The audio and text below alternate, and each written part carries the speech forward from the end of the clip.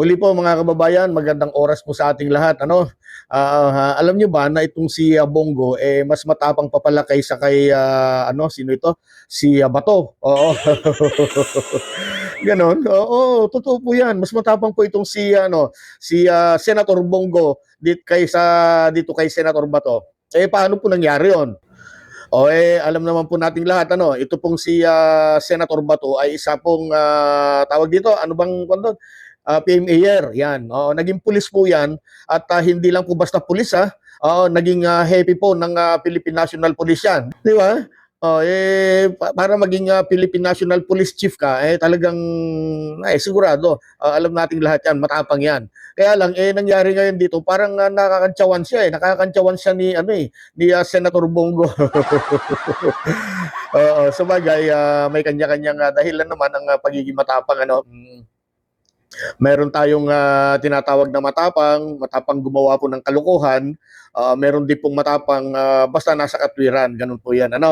Kaya lang itong mga matatapang na yan, yung mga matatapang na gumagawa ng kalukuhan, pag nabuking, nagiging duwag nagiging duwag in the sense na ayaw harapin ang pananagutan o kaya duwag para humarap sa investigasyon. Meron pong ganung mga klase ng katapangan na nagiging duwag pagkatapos. Samantalang ang totoong matapang nakikita sa taong may malinis na konsensya. Di ba? At alam niya na sa kanyang sarili wala siyang kasalanan. Yun po yung talagang ibang klase ng tapang yun. Kaya kahit idemanda mo man yan, talagang haharap para dumipensa yan, para ipagtanggol ang sarili. Ganyan po. Ipagtanggol ang sarili at ang kanyang karapatan. Ganyan po yung totoong matapang. Well, pakinggan po muna natin itong si Senator Bongo sa kanya pong matapang na pahayag kaugnay nga po ng usap-usapan na lumabas na daw po ang ICC warrant of arrest laban po sa kanya. Ito, ipaparinig ko na lang sa inyo dahil sa Net 25 yata ito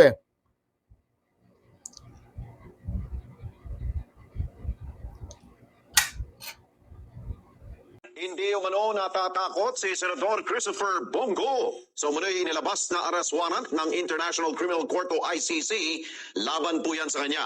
Malinis ang kanyang konsensya dahil wala siyang nilabag na batas sa kanyang trabaho noon sa ilalim ng administrasyon ni dating Pangulong Rodrigo Duterte. Mar Gabriel sa balita. Hindi ko ako natatakot dahil ako po'y naniniwala na ginagawa ko ang aking trabaho. At umaasa po kayo sa ating patuloy na servisyo po sa inyo. At hindi ko sasayangin yung tiwalang binigay ng 27 million sa akin sa bayan nito. Yan ang matapang na pahayag ni Senator Christopher Bongo sa harap ng impormasyon na naglabas na ng warrant of arrest ng International Criminal Court o ICC laban sa kanya at sa dalawa pang dating opisyal ng PNP. Sinabi yan ng senador sa pagbisita niya at pamamahagi ng tulong sa mga pamilyang naapektuhan ng sunog sa barangay Bagong Silang sa North Caloocan. Dito ako sa servisyo ko sa inyo, patuloy ako sa servisyo. Basta wag lang ang politika. Wag lang mahaluan ng politika. Ako po'y kampante na hindi po ako nalamay sa mga issue about ICC. Bukod kay Senator Ronald Bato de la Rosa, kasama si Senator Go sa 8 individual na tinukoy ng ICC bilang co-perpetrators ni dating Pangulong Rodrigo Duterte sa kasong Crime Against Humanity kaugnay sa pagpapatupad ng war on drugs. Kabilang din dito si dating Justice Secretary Vitaliano Aguirre, dating NBI Director Dante Geran, dating PIDEA Director Isidro La Peña at mga dating PNP Chief na sina General Oscar Albayalde, General Vicente Danao at ang namayapang si General Camilo Casculan. Pero giit ni Go, malinis ang kanyang konsensya sa kasong ibinibintang sa kanya. Alam niyo po, ang buhay ko po, wala po akong ginagawa na anumang batas ng tao, batas ng Diyos. Wala akong ginawa sa buhay ko, hindi. Tsaka ako at akong servisyo po sa inyo. Ano yan? Medyo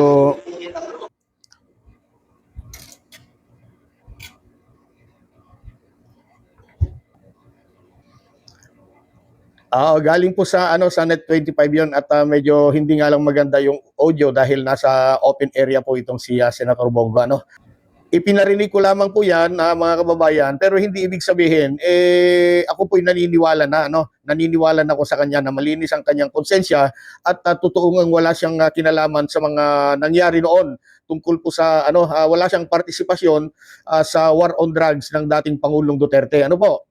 At kaya ko lang namang ipinarinig sa inyo, ang punto ko dito, ito pong pagiging matapang ni Senator Bongo na ayon sa kanya, hindi siya natatakot, no? Hindi nga siya tatakbo eh.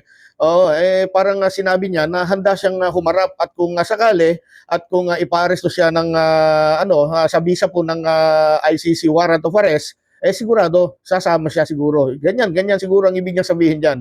Ang tanong nga lang, bakit itong si Senator Bato natakot? Oo, at hindi basta takot yung nangyari po kay Senator Bato, hindi lang basta takot 'yun, talagang nagkandara pa sa katatakbo eh. 'Di ba? Nagkanda sugat ng mga kamay, mga daliri sa kamay matapos nga pong madapa po dun sa hagdanan eh. 'Di ba? Grabe, kulang na nga lang siguro baka konting-konti na lang baka mapaihi na sa sa lawal itong si Senator Bato sa takot eh, di ba? So ibig bang sabihin nito yung ginawa pong pagpapakita ng takot ni Senator Bato dahil alam niya sa sarili niya o kaya aminado siya na may mali. May mali siyang nagawa noong panahon pa ni Pangulong Rodrigo Duterte patungkol nga po ito dun sa laban kontra droga nila. Nagtatanong lang naman po kung ganun yun. At dahil nga po sa matapang na pahayag na yan ni Senator Bongo, parang oo, talagang napahiya ng husto dito si Senator Bato. Malaking kantyaw ito kay Bato eh, di ba? Sa bagay dahil sa pahayag din ni Bongo na yan, abay tiyak may matutuwa. May matutuwa po dito, sigurado.